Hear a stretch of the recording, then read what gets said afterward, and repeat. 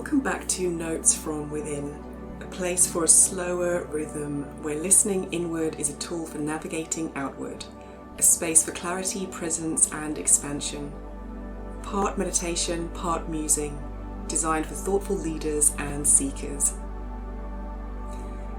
It's so good to be back again. How funny that this has actually become a thing of mine. It has been so unplanned, but here we are, having so much fun.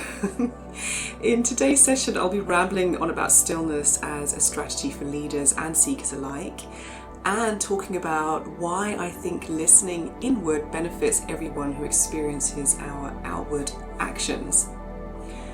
But first, before we go there, let's move inwards for a moment. So we're actually going to do a little bit of meditation together to start the session.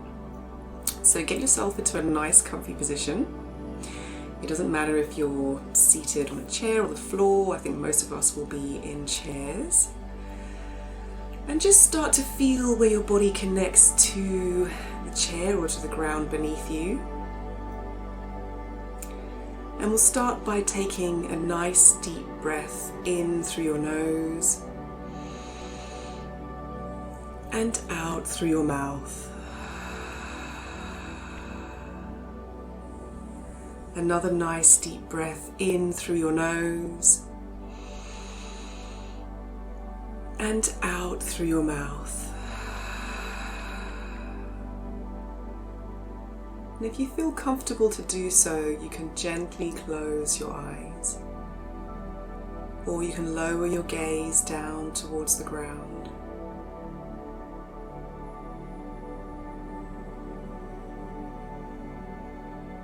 Now, spending a moment here bringing your awareness to your breath.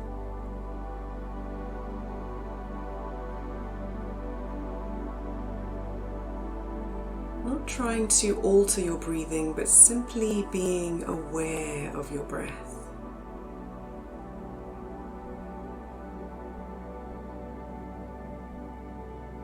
Noticing if you're breathing deeply or if your breath is shallow.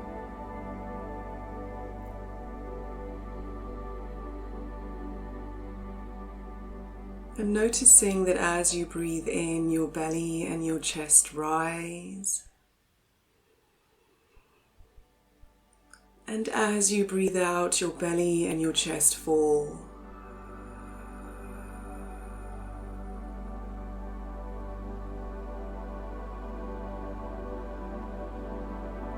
And as you breathe, you notice tension being released from your body.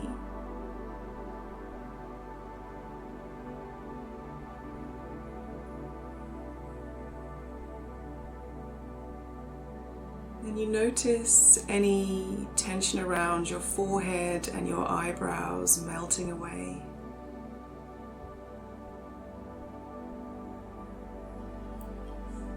And you start to feel any tension around your cheeks and your jawline melting away.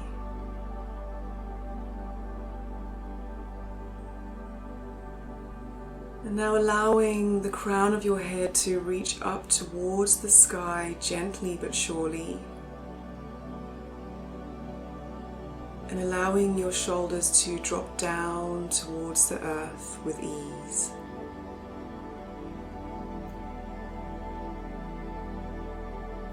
Feeling your entire body coming into your present awareness.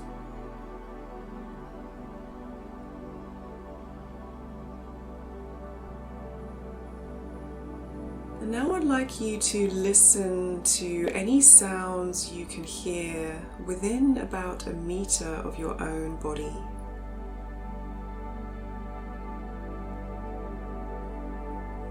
Maybe you can hear the sound of your own breath or your own heartbeat.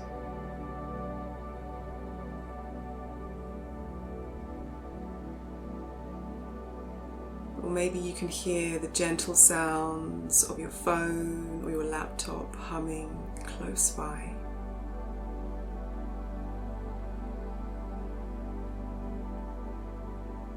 accepting whatever you can hear for exactly what it is, not judging it or wishing for it to be something else, not wishing for it not to be there, but simply accepting it for what it is.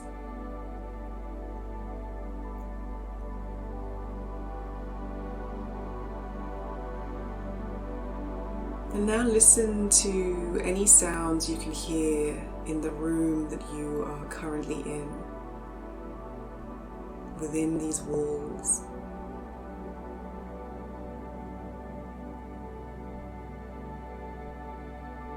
Maybe there are people around you and you can hear them moving or talking or shuffling.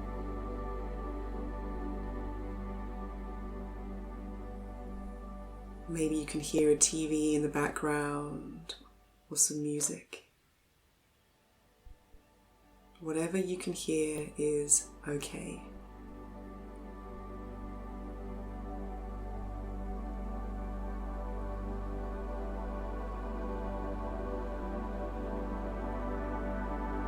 And now letting go of what you can hear and bringing your awareness back to your breath.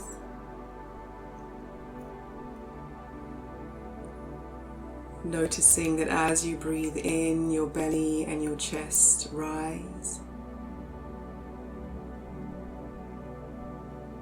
And as you breathe out, your belly and your chest fall.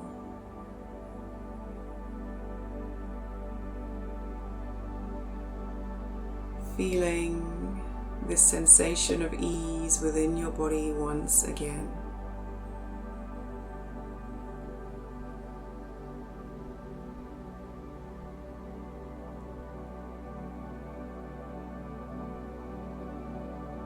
And now bringing some gentle movement to your fingers and your toes.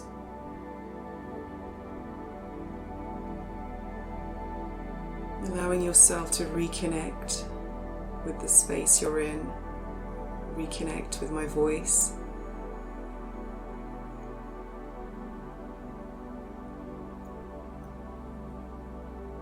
And taking a few nice deep breaths here.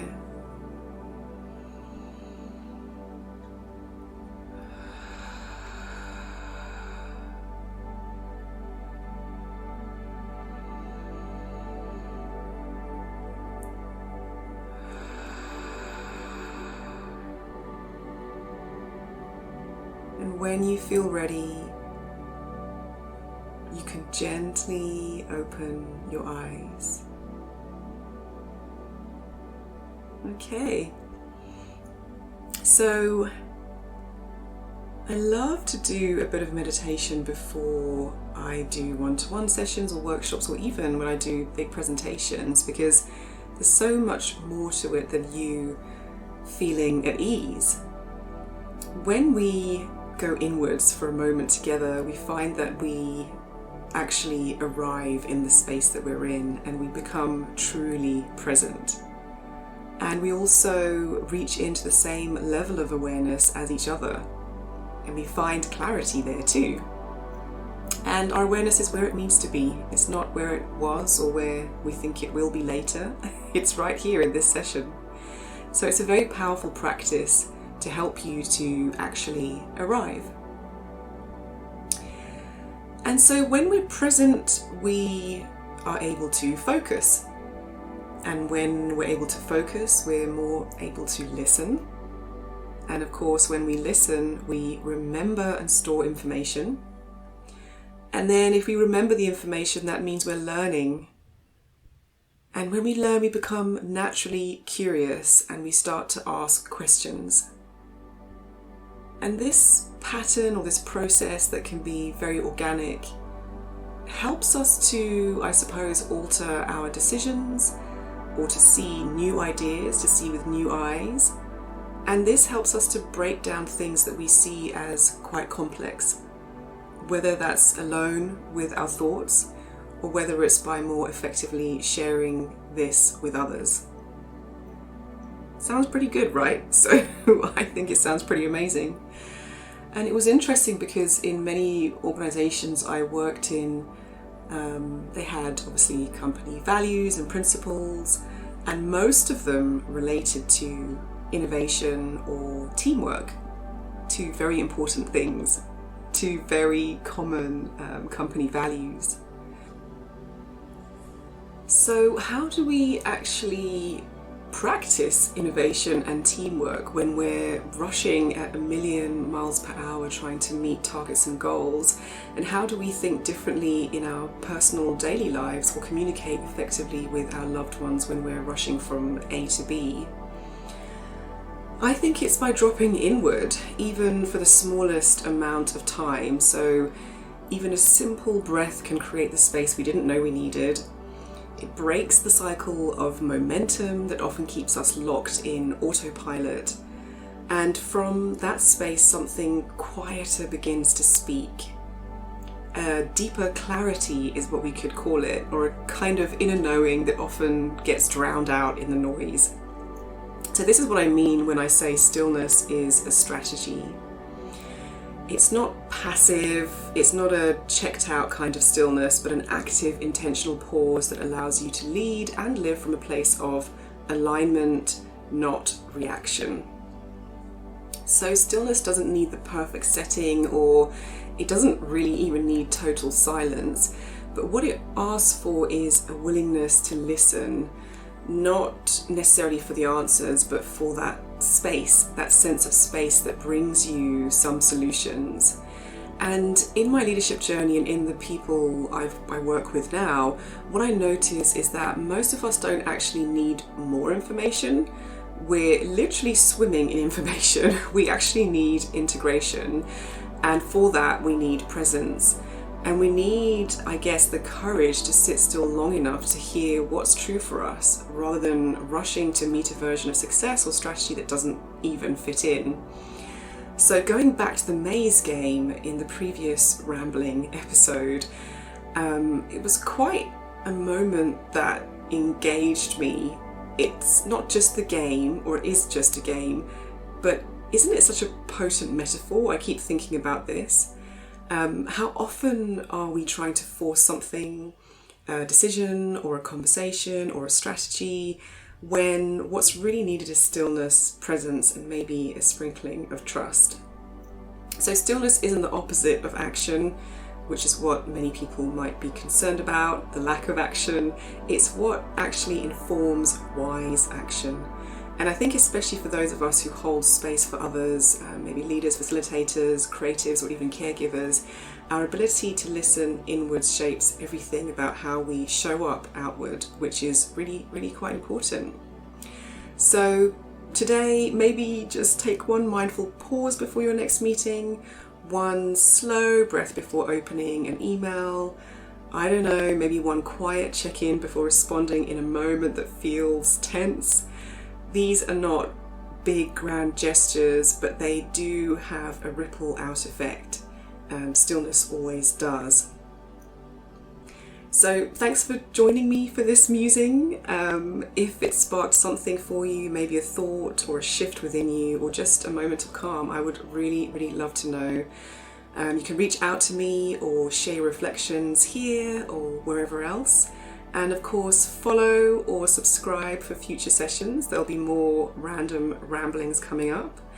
But until next time, may your rhythm be slower, your awareness be deeper, and your actions grounded in what's true for you. This has been Notes from Within.